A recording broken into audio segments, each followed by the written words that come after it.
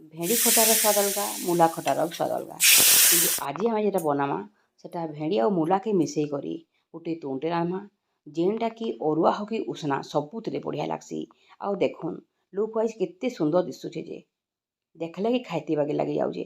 तो हेटा बनाबा के आमको नबाई पड़ा भेंडी। तो भेंडी पूरा पूरी फ्रेशटा मुझे नहीं ताकि भल भाव धोई देकर पुछी देला एनता बड़ बड़ काटी देछे। तार संगे मूला भी आम नेमा पूरा पूरी फ्रेशटा ये सब के भी भल भाव धोई देकर टे छाची देला एनता लंबा लंबा खंड के काटमा जेनथे कि भेंडी और मूला एका भावे काटी हेबा जेनटा कि देखवा ले भल लगवा। तारपरे काटी रखीदेला साइड्रे आम गोटे कढ़ई नेमा कढ़ई गोटे ग्लास पैन गरम करमा इसे देमा गोटे चामच हल्दी और सामान्य टिके नून। तारपरे पैनटा फुटी आसला बेलके आम ए पकईदेमा मूला आउ मूला के सिझा छाड़ीदेमा। तापर देखुन गोटे बाउल में नेली से नहीं गोटे कप दही और से दही मिसाली गोटे चामच बेसन तो दुटा मिसई देके रखीदेमा अलगा। तारपरे इआड़े आम गोटे बेसार रेडी करमा बेसार लगी लहसुन सुखा मिर्चा सोरसो आउ जीरा ताके नहीं बाटिक देमा गोटे और बढ़िया पेस्ट रेडी करमा।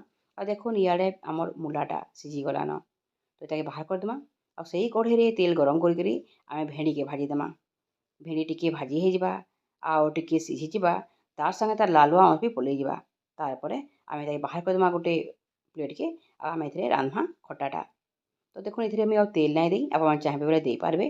तारपरे तेल गरम हो गला आम देमा बेसार आउ अधा चामच भाई हल्दी आ गोटे चामच आम देमा काश्मीरी रेड चिली पाउडर ताके टिके सतरी देमा टिके।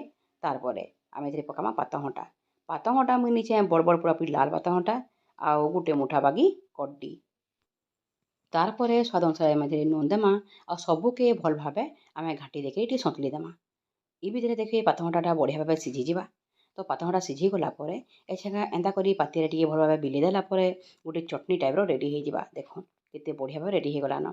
तो एछेका आम मिसामा दही और बेसन के जेन आम फेटी रखीदेला ये भितर गैस फ्लेमटा एकदम लो रखबे ना हेले बंद कर देथिबे।